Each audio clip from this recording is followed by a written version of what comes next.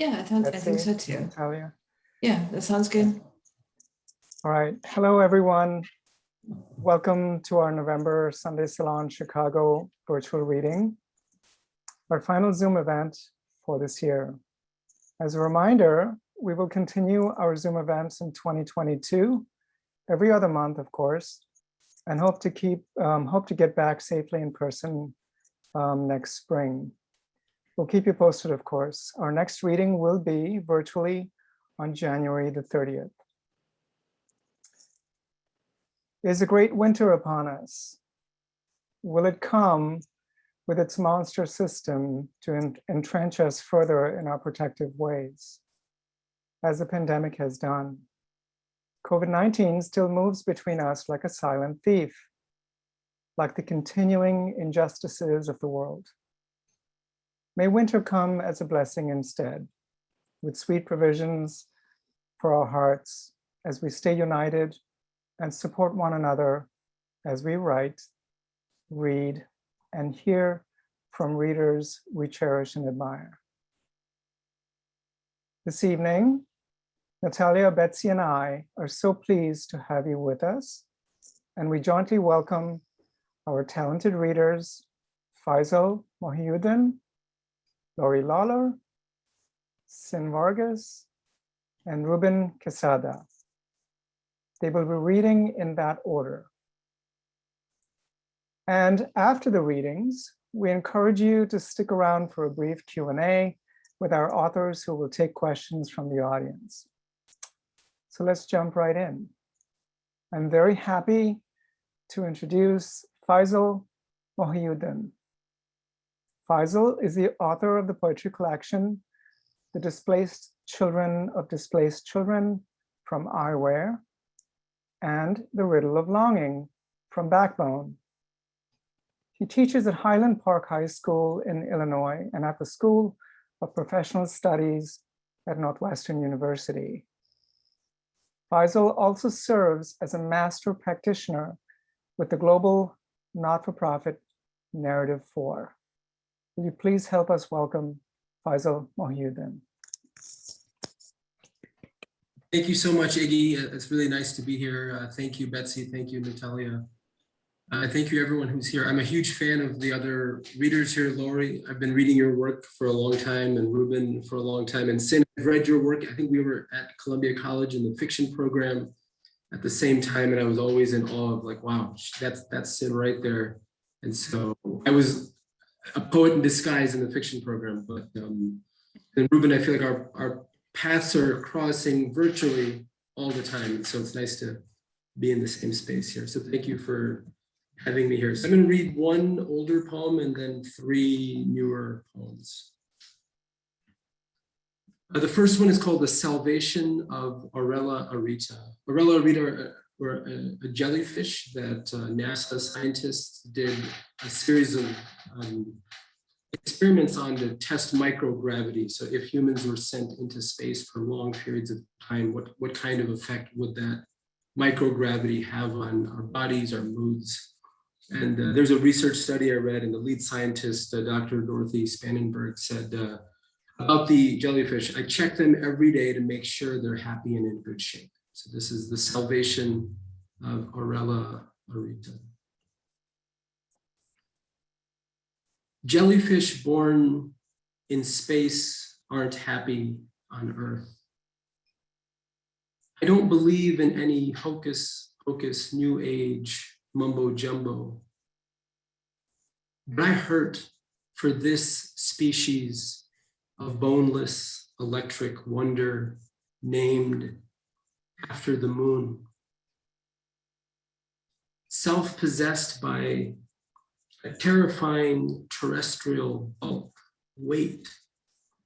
They feel fat, slow, depressed, dying, not in the luminous white noise of galactic emptiness, but in casserole dishes, understood in some underfunded underground NASA lab, poked by pencils, punctured despair seeping from their glassy globes.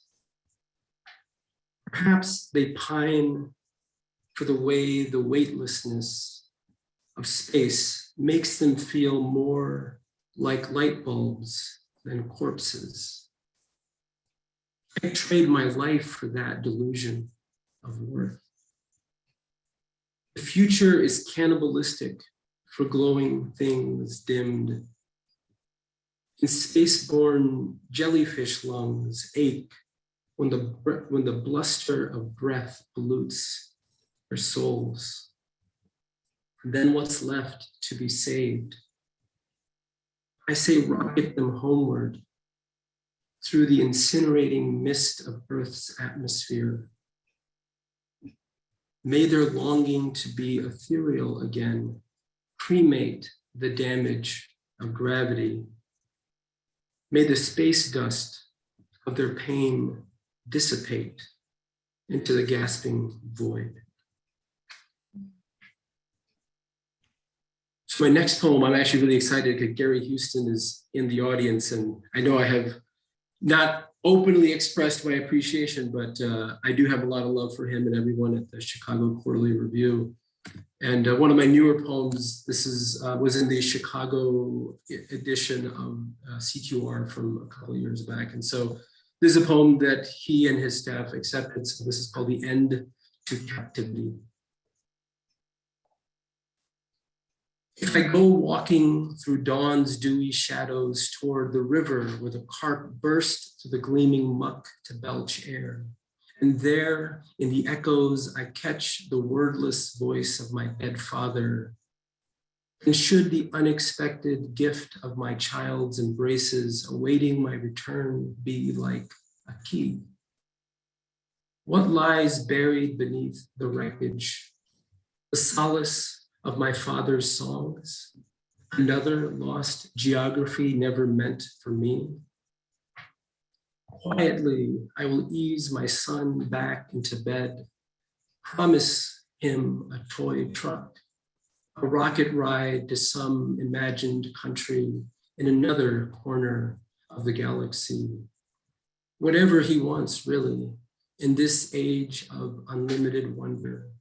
If he would just fold himself back into a pocket of sleep. Beside him, I will sit listening backwards into his slight wheezing, wondering at the hours my father spent like this, the light of day, what lessened the strangle of longing. Every day the child asks the same question, when will I be older too? Along a rising flood of worries, a bruised apple, floating alone, no tongue to taste the perfect quiet, to protest the loneliness, the half-lit exile that looms in the wake of a father's passing. Within, a door locked, behind it, the innocence of a skylark waiting to be slaughtered. My son knows nothing yet of this nightly searching for songs. To devour the bird is to taste the night sky in summer, is to commune with the bleakness of every body. An invented memory follows. That first burst of daylight at birth, those rivers of darkness pouring from my lungs. And paradise, a myth, a stopping place for grief, and elsewhere for cowards. Convinced I can still breathe underwater, I will plunge in, summoned by a glint of steel, gripping my son's hand in case I need saving, or decide to pull him inward too, and introduce him to the hazards of time.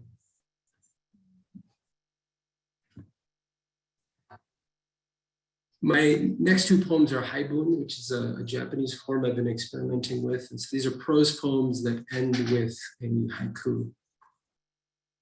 This is called The River, the Beckoning, the Chandeliers. In some rooms, the outstretched hands of past lovers begging for another chance. In others, your childhood face smudged with mango ice cream, smiling. At the top of the staircase, a box taped shut, your twinkling share of night folded up and stored within, a blanket for your most difficult days. Down the hall, a tiny river, a toy boat drifting toward music. If there is a kitchen, heaven is there, or a door that opens into heaven. Close your eyes now. Let your hands guide you along the walls until you stand at the front door.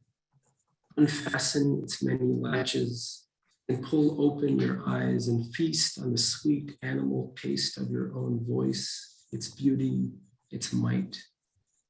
The newness that comes with growing old, the piercing scent of clothes, their dusty fire.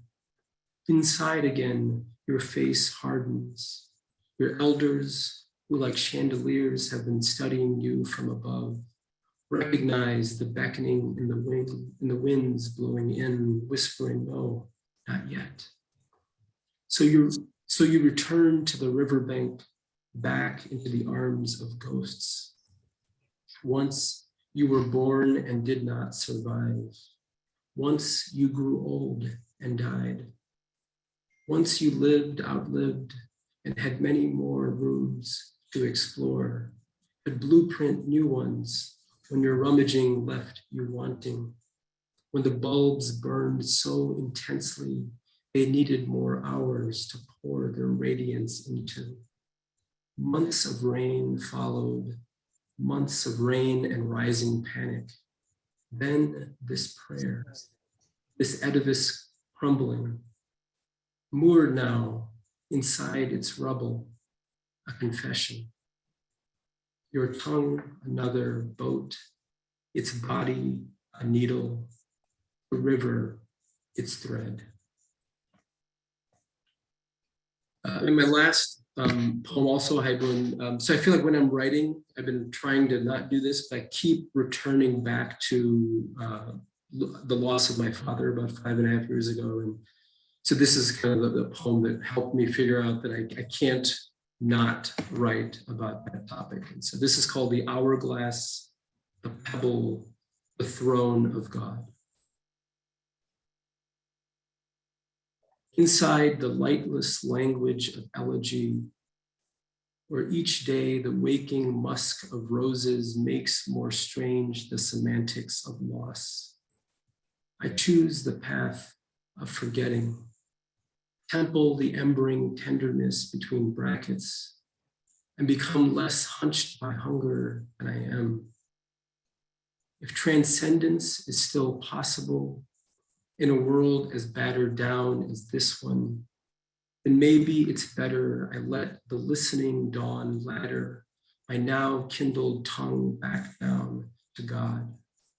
There, kneeling at his throne, I could say to him, I'm sorry for my weaknesses, for every strange wish held meekly in my anguish.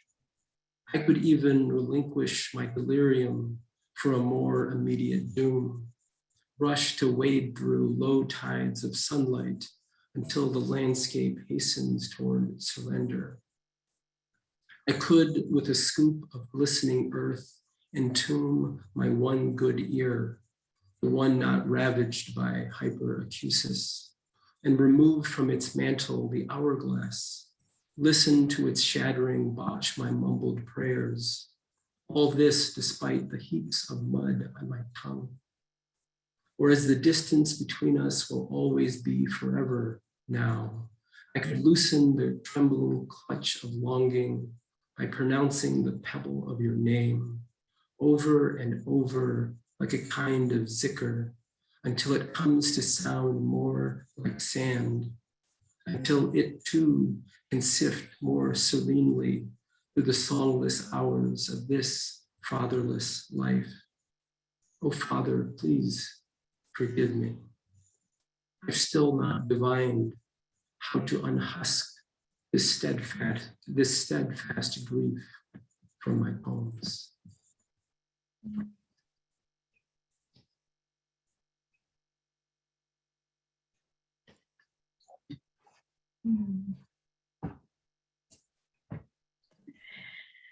So that was just wonderful, and I'm so glad, Faisal, that you're writing poems about your father and mourning your father.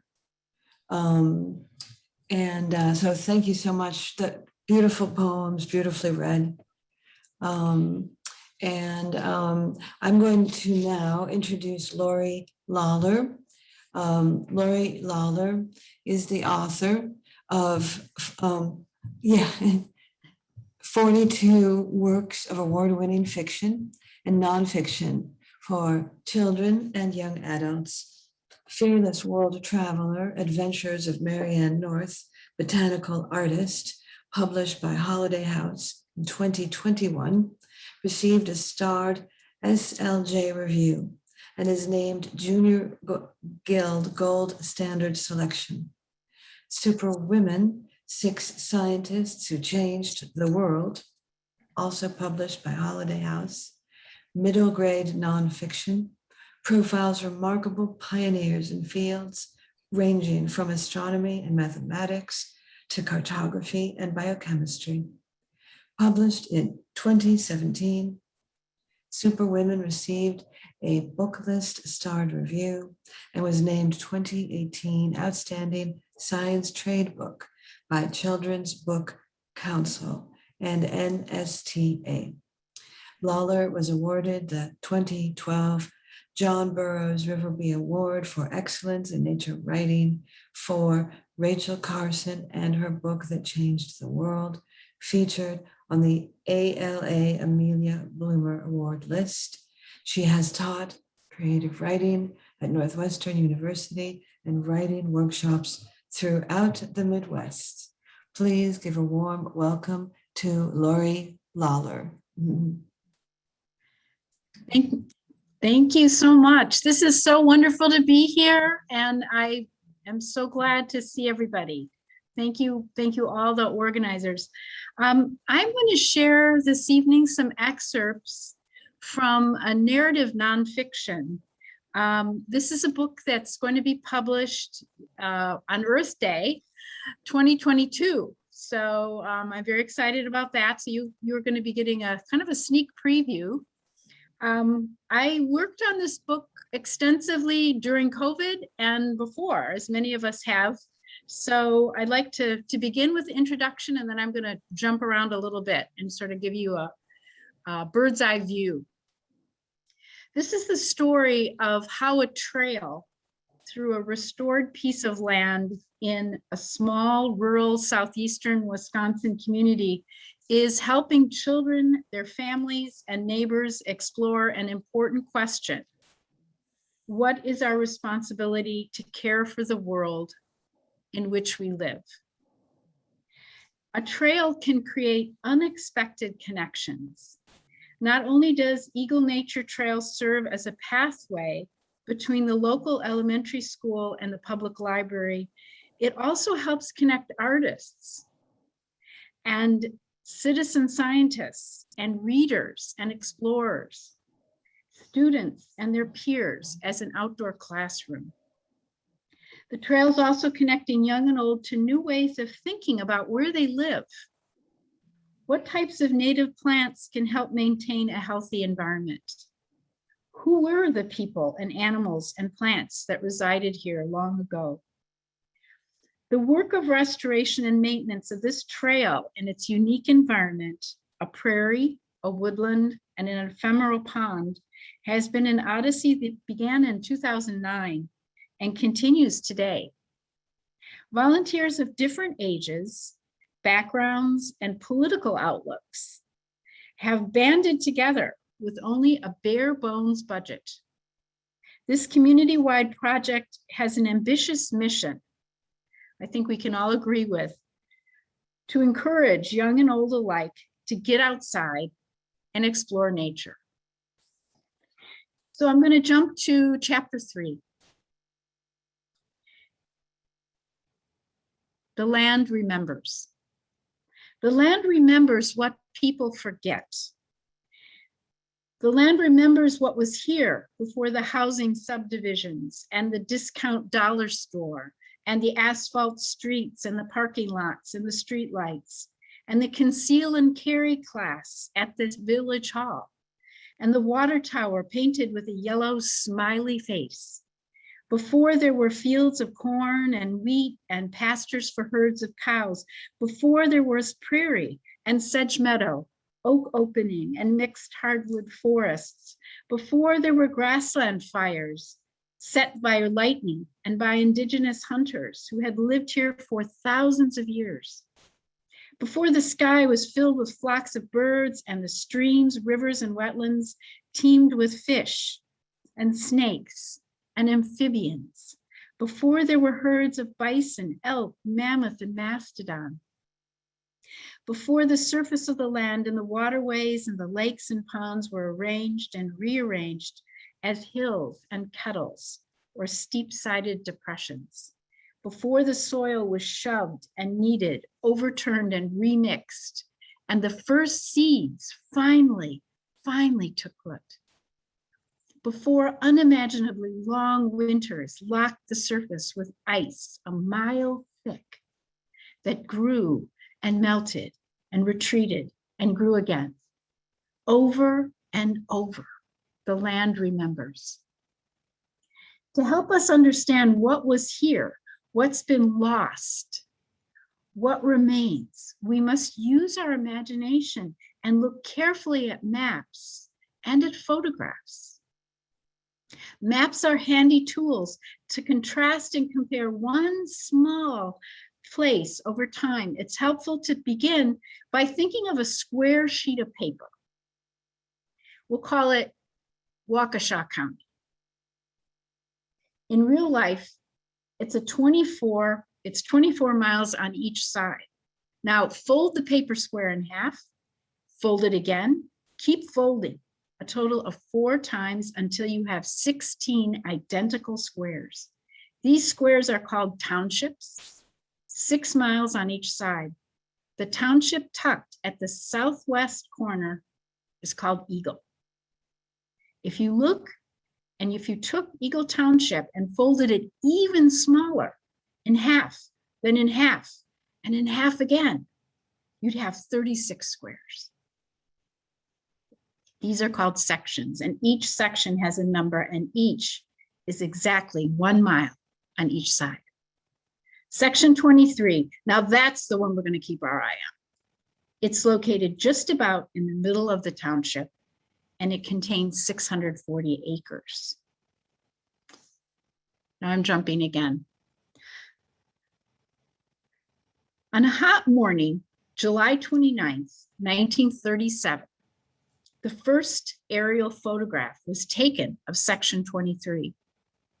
The black and white image shows a landscape that looks scarred, gouged, and pocked in places by years of drought, heat, and wind. Here and there are washed out gullies, rain shadows, faint fence rows, and overgrown corners of cropland. Even though it's midsummer, a time when stands of corn can tower over a grown man, the fields are not uniformly dark with row crops. From high overhead, it's easy to see the grid-like patchwork of farms that stretch in all directions. And inside Section 23 is a 60-acre farm. Shaped like a long rectangle, this farm's short end abuts a gravel state highway that leads into the village of Eagle, population 391. Along the southern edge of the struggling patchy field is a row of windbreak trees. A strawberry-shaped scar in the southern third of the 60 acres reveals the distinctive ephemeral pond. The pond shows up only as a white pinprick of water. Hardy wetland plants inside and around the pond's edge look nearly black. Plow marks have been stitched around the pond in a neat square. A wobbly footpath, barely visible, connects the pond with the road.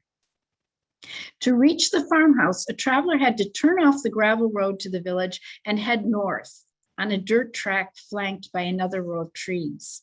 A winding drive snakes to the house and the barn with gleaming pale roofs. Nearby is a small vegetable garden and a fenced area for corn or a few pigs. Scattered around the farmyard are hopeful shade trees that look like squat, dark sponges from above. You can't see clothes dance on the laundry line or hear chickens scratching in the harp-packed ground. You can't see the people who live here or smell their dinner cooking. You can't hear the chorus of crickets or the harsh cries of crows or see black-eyed Susans, the last prairie plants to keep precarious hold along the railroad right-of-way. You can't hear the lonesome wail of the Chicago, Milwaukee, and St. Paul when the train passes across the farm's northwest corner, so close to the house that the dishes rattle on the shelves. Like so many farms in the area during the tough times of the Depression, this place has been plagued with evictions by the sheriff and foreclosures by the local banks. 4 different owners tried and failed to hold on to the land from 1937 to 1943. What had once been a litany of anglicized names in the deed records now become a listing of recent Eastern European arrivals. Bach, Rates, Voss, Kopecky. Those who didn't have the money to own their own land worked someone else's. A cropper or tenant farmer who failed to come up with the rent or didn't have money for seed or equipment had to move on and start somewhere else. Frank Splector was a stout, ne'er-do-well cropper with a temper and a 6th grade education who drifted with his wife and children from Kansas to Mississippi to Wisconsin, doing field work and renting houses. Convinced that the grass was always greener on the other side, Frank always had a plan to make more money. The problem was he didn't like to work. Elizabeth, his wife, was said to be so small she could stand beneath one of his outstretched arms. Blonde with pale gray eyes, Elizabeth, age 20, had immigrated alone from what is now called Hungary. She had only $10. Her death in 1931 at age 43 affected her children deeply. Agnes, 19, her sister Margaret, 17, and their 13-year-old brother Francis, nicknamed Fritzy, left home as soon as they could. Agnes and Fritzy would one day become the unlikely heroes in the story of the 60 acres in section 23. On a hot summer afternoon, Agnes and her brother posed with their family in a photograph taken on the 60-acre farm that Frank has cropped since 1936 with his second wife, Lucy. Valued at only $20, the ramshackle house, like so many that Frank rented over the years, has no indoor plumbing. The image reveals the family near a tall tree that billows and shakes in the wind. Sunshine shimmers off a nearby barn. Agnes, almost 30 and unmarried, stands thin and pensive in wire-rimmed glasses with her brown hair pulled back. She does not smile. Throughout her hard-scrabbled childhood of endless chores and constant moves, she never had a chance to play. Even in her few baby photographs, she has a somber expression. Today, she wears a cotton print dress decorated with flowers, sturdy shoes, and nylon stockings that she's frugally rolled around her ankles. Her dream after graduation from Oconomowoc High School in 1930 was to enter the convent of the Missionary Sisters. To her regret, she was not accepted into the order. So instead, she took a job working a 60-hour week in a white uniform as a no-nonsense nurse's aide at St. Mary's Hospital, where the employee handbook promised, "Your contentment will radiate sunshine. Yours is a dedicated service, arduous but rewarding." In the photograph taken that day in July, golden-haired Fritzy kneels on the grass in front of Agnes and grins into the camera with the confidence of a 23-year-old young man about to escape his moody father and dawn to dusk drudgery as a neighbor's ill-paid farm laborer. In only a few days, he'll travel to Milwaukee to enlist in the army. World War II has been raging in Europe since 1939, and although the United States would not officially enter the conflict until after Japan bombs Pearl Harbor on December 7, 1941, farm boys like Fritzie were already signing up for combat training. Fritzie's dream was to go overseas in uniform and prove himself a hero before the fighting ended. At 5'10" and weighing 165 pounds, ruddy-faced Fritzie was used to hard work. Regular army pay seemed like an incredible amount of money to someone who'd been poor all his life. Fritzie planned to save his pay as a nest egg for the day he would finally be able to marry his sweetheart, a local girl. Standing in the back row of the photo is his sister, 28-year-old Margaret, with her husband's arm around her shoulder as if they're sharing a secret. Their two young children, Robert, 5, and Mary, 3, squirm as if to run away from Frank, who is always pictured in overalls. His hands are big, and he has a distinctive smell, like a pigsty, a relative said. His wife, Lucy, stands shyly in an apron. Her thin lips are pressed into a slit as if she senses something's burning in the oven. Fritzie's life did not work out the way he'd planned. After training, he became part of the Go Devils, the 9th Army, 60th Infantry. He was made a sergeant, saw action in Belgium and Germany, and was killed in the line of duty. October 17th, 1944, during a desperate fight with German troops.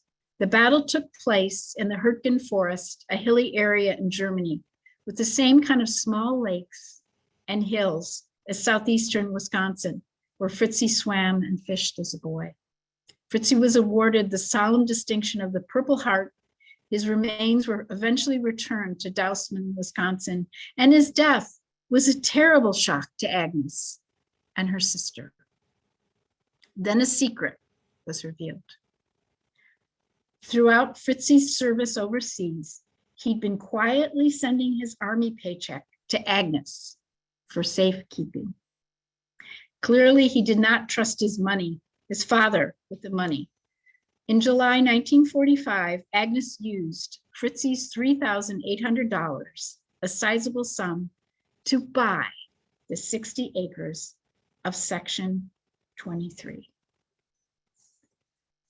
Like a stone thrown into a pond of water, an individual's actions can create a ripple that reaches out in many directions and touches the lives of many different people.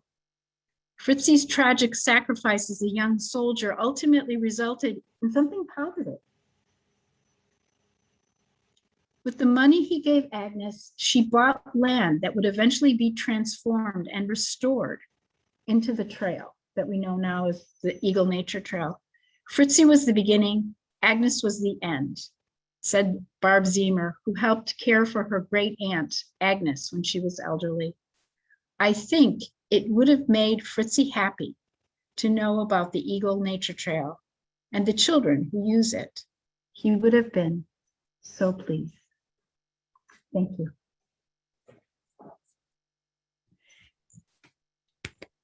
Laurie, thank you so much. That was fascinating and a lovely perspective on something familiar, to me as a Wisconsinite.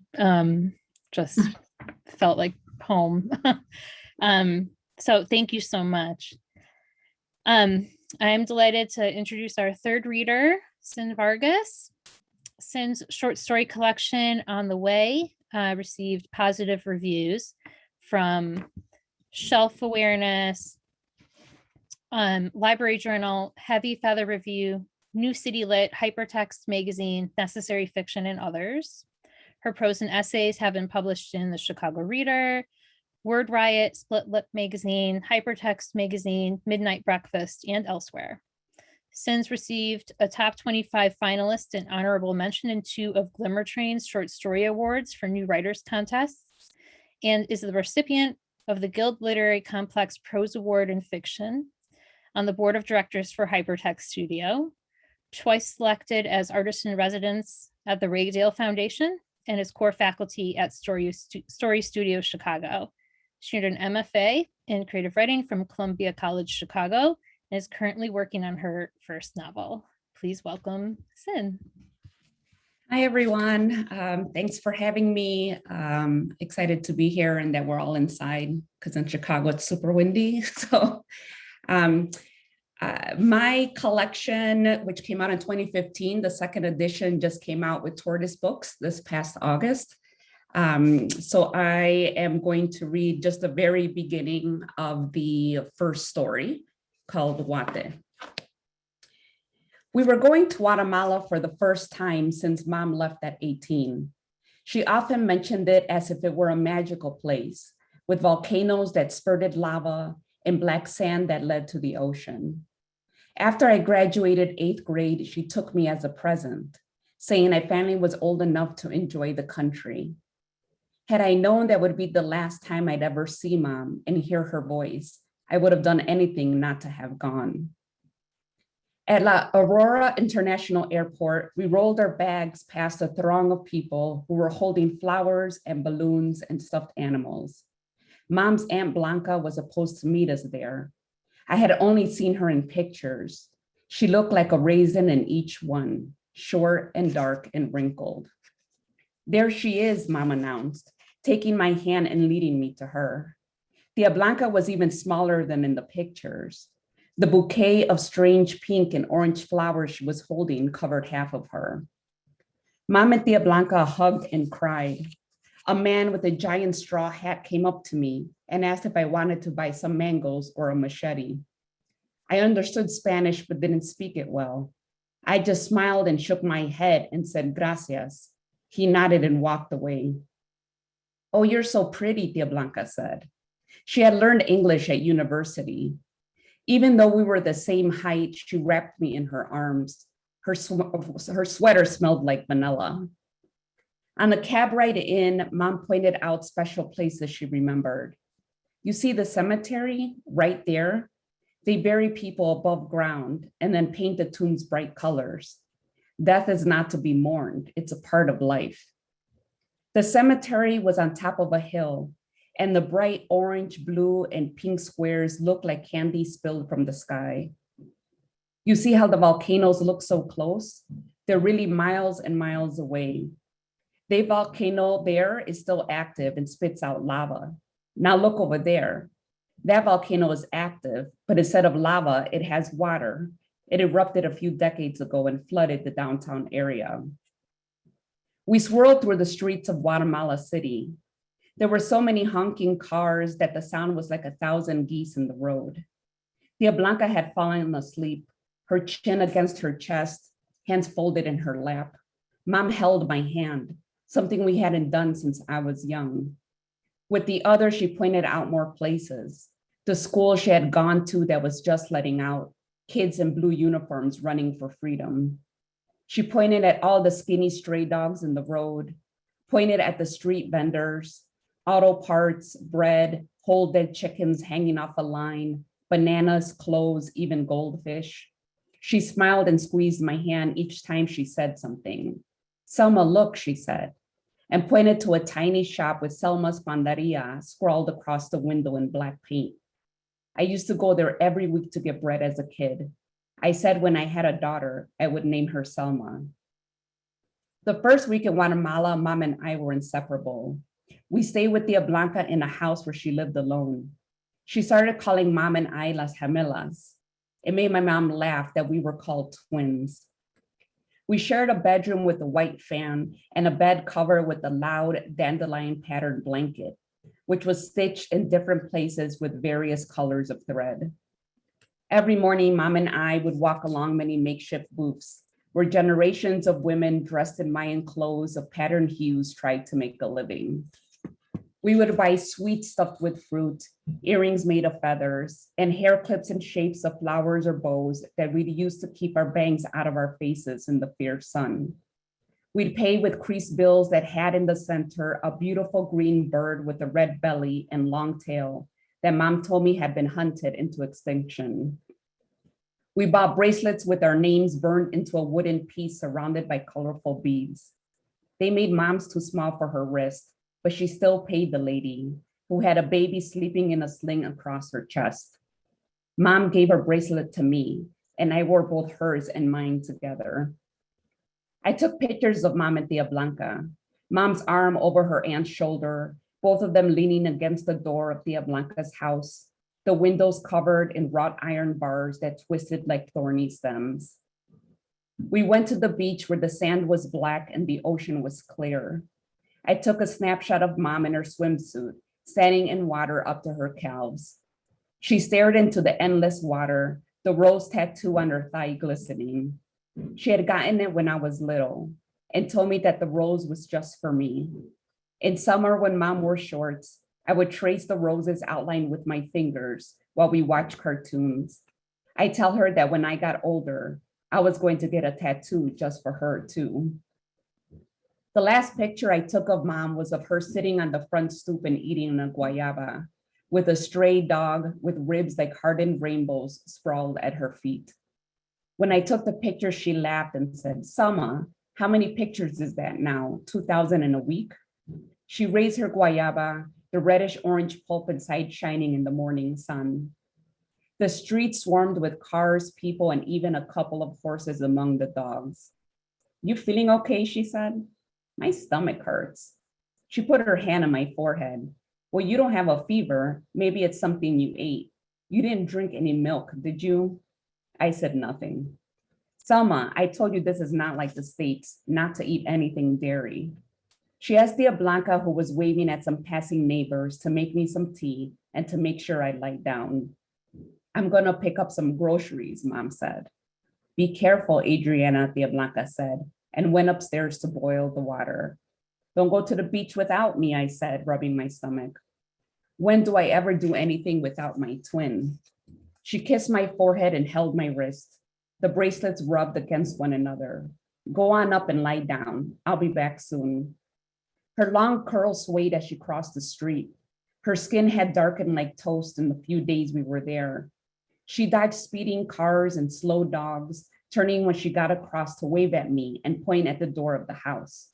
I waved back. She smiled, and I could see her bright eyes despite all the sunshine. She turned the corner into a crowd of morning chaos. Later that afternoon, I woke up from my nap, expecting to see Mom in the kitchen with Tia Blanca, drinking café con leche and eating the pastries we had bought that morning. But Tia Blanca was alone, her hands wrapped around a mug. "Is Mom back yet?" I asked, feeling a little bit better. "No, not yet. Maybe the buses took long," she said. But the wrinkles across her forehead deepened and continued to do so as the hours dragged on. By sunset, Tia Blanca had called every family she knew who had a phone, which wasn't many. Then she called the police. An hour later, two pudgy men in gray uniforms arrived, with heavy badges tugging their shirts downward and matching thick mustaches. Tia Blanca sputtered that Mom was visiting from the States and would never have left me for that long. Then they began to question me. "You an American? Why did you come here?" They asked about jewelry Mom was wearing and had I noticed anyone strange following us since we arrived. When they left, they took the only developed pictures of her that we had, the 4 we had taken together in a photo booth at the airport, printed on a single strip. In 2 of them, we were making kissing faces. In 1, we were sticking out our tongues. And in another, we were smiling, looking right into the camera lens. Tia Blanca cried, and I went to bed. That night, I dreamt of her. Mom sprawled in her bathing suit on the sand that was as black as her hair. The rose tattoo, faded crimson with 2 green leaves that curled at the end, sprouted from her hip. The waves were rolling in, almost touching the tips of her feet that pointed toward the sky. Without looking at me or moving her head, she said, "Selma." Though it was a whisper, I could hear her voice skipping along the sand as it made its way to me. I smelled the wet sand and the coconut oil that she had rubbed on her skin. Mama, I said, through my lips were sealed shut and bled slowly when I opened them. I began to swallow the blood that came through my teeth, dripped down my chin and onto my bare feet. Selma, Mom turned her head toward me this time. The sun grew brighter and her skin began to sizzle. I could hear it, inhaled it as it melted into the towel. Her hair fell away at the roots, exposing her white scalp. Her eyes were shut. I began to cry red tears and ran over to her, but each step caused her to melt more. Her skin stank like forgotten meat. Her screams echoed in my veins. I stopped running and she stopped dying. And when she called my name again, I didn't know if she wanted me to keep going. Thank you.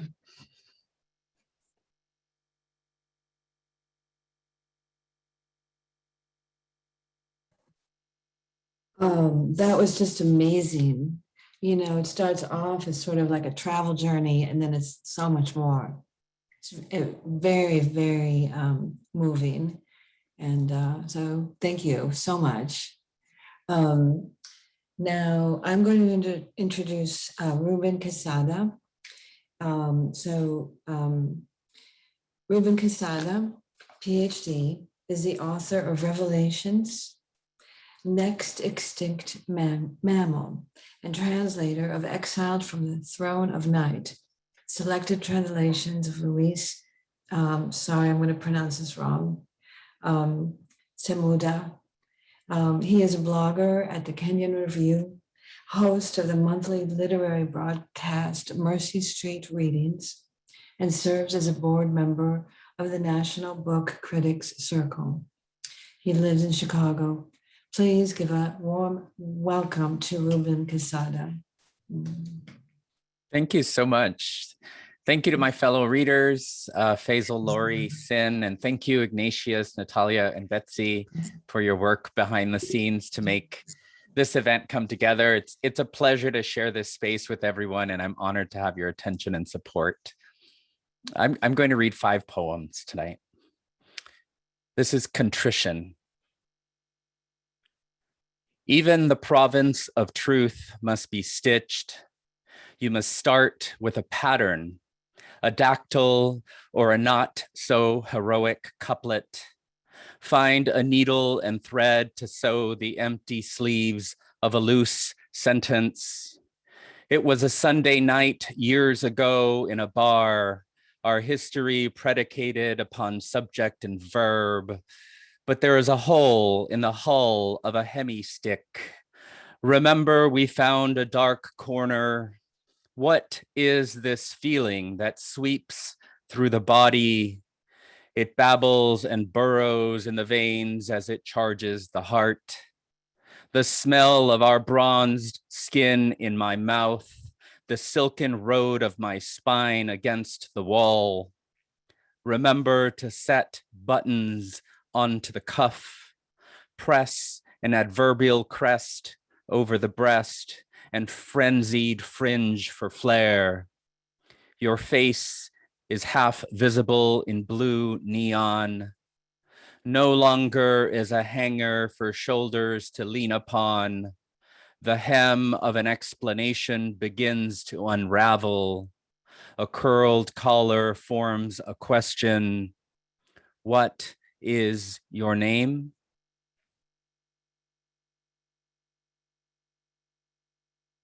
This is called Angels in the Sun. I would have waited alone 1,000 years for the coming of angels, to abandon this world for another, stunned by their flashing lights aflame across the bow of their spacecraft, landing lights for that world, herds of animals, horses and humans and fish fixed. The angels approached. Come angels, come beasts. Men and women cried out to each other. The angels cried. Some were lost between their earthly life and paradise. And what is paradise anyway? Few imagined being bound to this world, extraordinary, ordinary. They rose, a crucifix flying into the ruddy gallows of heaven.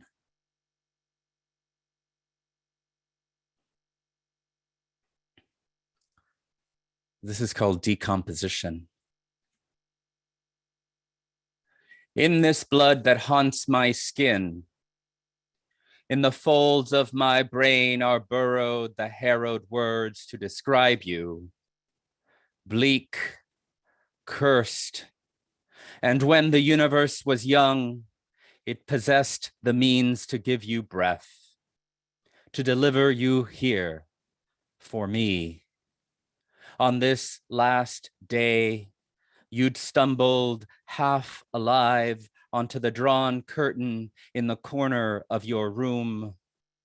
We watched ghostly orbs of light one last time drifting in like laughter. An ice cream truck's siren song shook you back to life from the hunger of heroin. Outside, children passed. Photographs browned like honey from years of smoke covered the walls. I watched you from your bed, where so many worlds undressed beneath the sap-like weight of phosphorus. Could the periodic table offer much more? Already you were sulfur, even gold.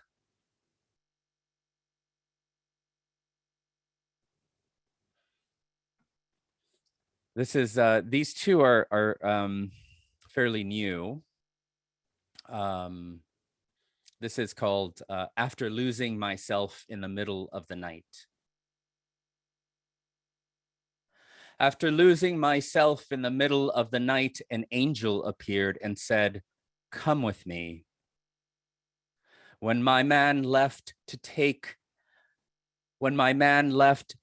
communion in a Jesuit order in Ireland, I went and met a priest to confess. I found him on a website for bareback sex, drugs, shit, and piss. I have only ever left this planet once, as I slept in a billow of thistles at a stranger's place. Come and smell the stone roses, taste the sweet coral honeysuckle sap of earth. Outside, salmon-colored clouds cleave to seaside olive trees. Above the doorsill, Christ begins to sag on the cross. A bending blue lavender light, lapping like waves, spins itself into the body of Adam. And as if from silk, the translucent figure of Eve appears. Yokeless on some dimly lit coast, oxen settle at the edge of the sea, only to be concerned with themselves.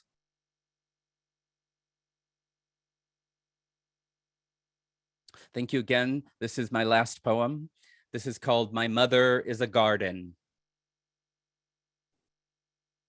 In the backyard, my mother edges the lawn and plants strands of razzleberry fringe flowers. Next door, the chartreuse golden feather farewell. Before I am born, my mother is acquired by the United States. Coerced by some American zodiac dream, she fled to Los Angeles, and decades later, she still withholds from speaking English, and only the fertile names of flowers have taken root. She is luminous, her hair a blackish gray against the philodendron, long and parted in the center. I lose her in the shade of an overgrown bougainvillea hanging onto the hillside behind the house. The horizon waves in lines of barberry and nettles, silver waves of wild deer grass. I have not spoken to my mother in years, but today I surprised her with a visit, and in the window's glow, I watched her. I have taken the shape of her hips. Thank you. my gosh, Ruben, that was amazing. So powerful. Just gorgeous. I wrote down Ready Gallows of Heaven. I'm gonna pin that on my bulletin board for inspiration. That's an amazing image. And I have a really clear sense of your mother. Thank you so much, Ruben, for sharing that incredible poetry, and also to the rest of our writers, to Faisal and Sin and Laurie. Thank you to everyone for being here.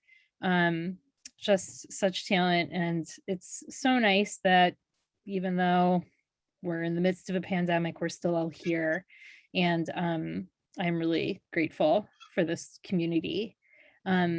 So we're going to open it up. If anybody has any questions for our writers about their process or their work or their inspiration or what projects they're working on now, please just speak out, or you can type it in the chat, either way.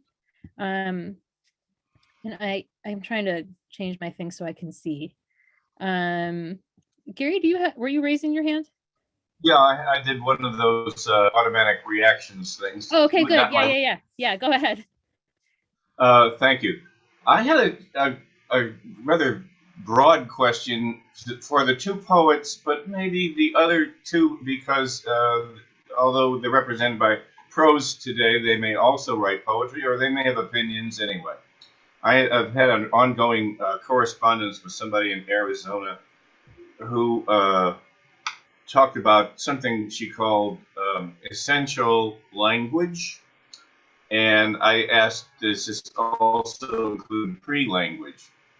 And the reason for asking the question is, are they the same or are they quite different? I mean, I think pre-language is something that goes on in our head before we put them into words. And then they become ideas, they become stories or poems, etc.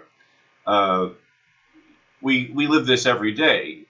We express a thought, but before the thought came along, we had the thing that gave birth to the thought. The thought was already there, but it wasn't in the form of words.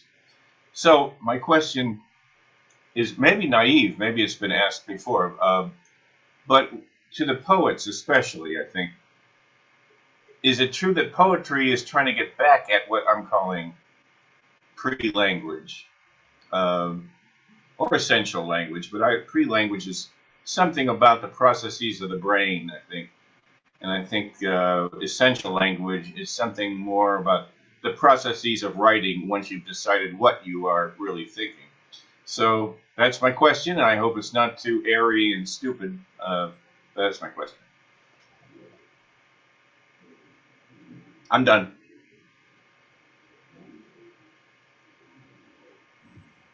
Ruben, would you like to, or anyone else? Laurie or Sin? I'm not sure. I think it's an interesting question. I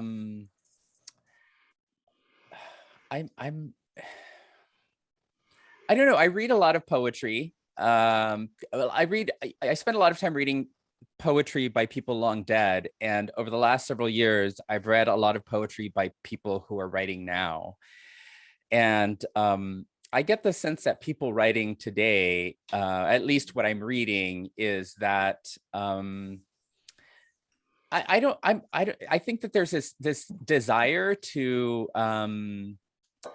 play with language in a way that enables them to use the page and use print to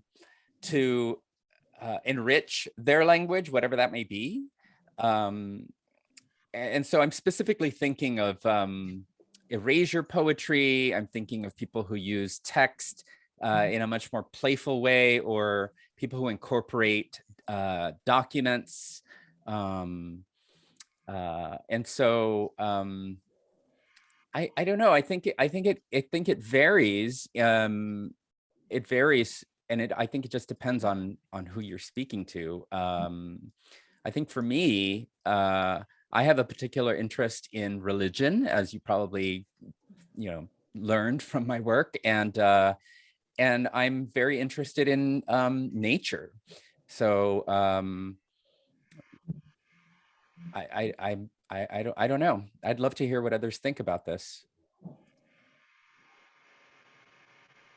Faisal? Sure. Yeah. So I think one thing I know, I mean, because I used to do fiction a lot as well, and so I think that the difference in terms of approach for me, when I'm writing a poem, I don't know what I'm going to write. Like it's rare that I set out to say I'm going to write a poem about. That rarely happens. Mostly I'm sitting down and I'm not even conscious of like, is there a pre-thought here? Sometimes I like this sequence of words, they sound cool together, and I'll put them down, and the pre-thought is almost happening as I'm writing. Then when I go back and kind of read over what I have, whether it's done or not, then I'll kind of understand certain things that are happening in terms of meaning. And then I'll either revise for that, or even before I even revise for that, I'll use that understanding to guide the next phase of the writing process.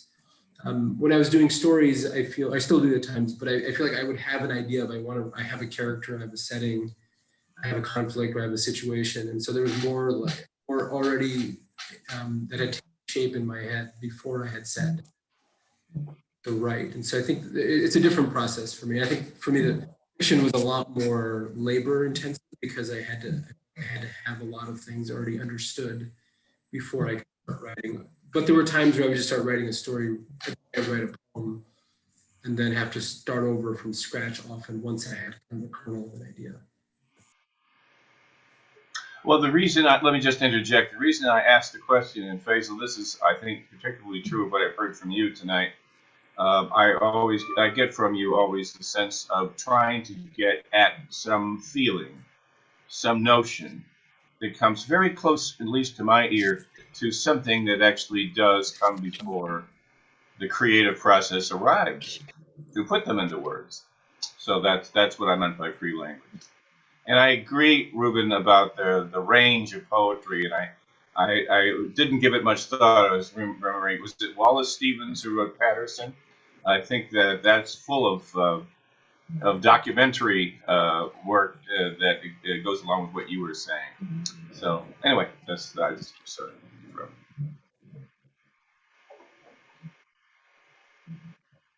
Sin, Laurie, do you want to jump in? I actually write fiction how Faisal writes poetry. So I will see an image, like the story I just read, or part of it's all from the dog that had the ribs like hearted rainbows. That story came from that. So I don't ever know what I'm going to write or where it's going to go. Even with my novel, I just write what takes my attention, and it's usually an image. And then I just go from there. And I also, when I teach as well, I write, I ask my students, what's the feeling that you want your audience to leave with?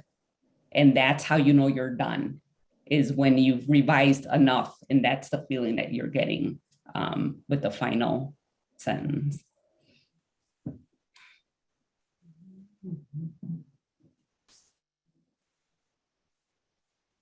Thank you so much. We've heard such beautiful work tonight. I wish I could write down everything everyone read. They were wonderful. I use poetry extensively when I'm starting to write fiction. That's sort of part of my process. I write in a journal every day, and I read poetry. It's like, it really helps my brain to open up to what I'm about to launch into.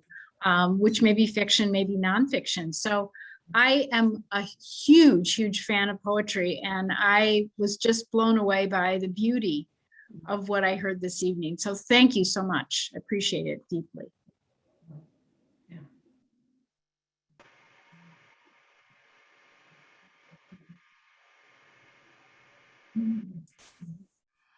So I have a question, if it's okay that I could ask a question to all four of you.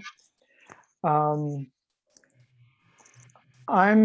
just sort of trying to put together my thoughts in the sense of how I saw a connection or a thread in all the pieces being read this evening. And for me, I wondered if all of you could take turns just talking about tracing connections between the land and the people you knew or know that are close to you.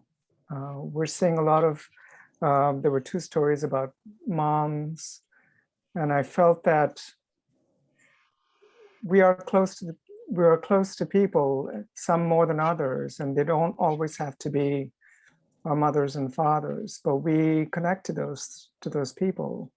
And I wonder if you can talk about tracing connections and how you've been dealing with that during this time of isolation.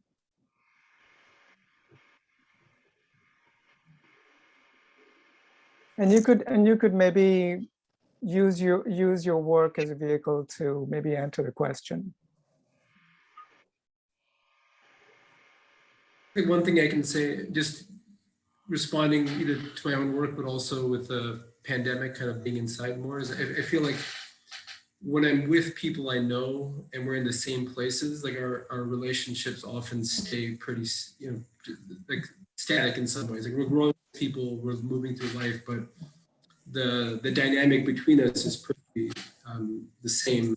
Whenever we're traveling or experiencing a new place, whether it's local or a different restaurant or something, I feel like that newness of an experience that often it's built on going somewhere else to a different place, and the discovery and the curiosity that comes with that. The relationship also becomes different in a way. I mean, it's enriched by that experience of a new place. And so then when we get back home, there's this like, now I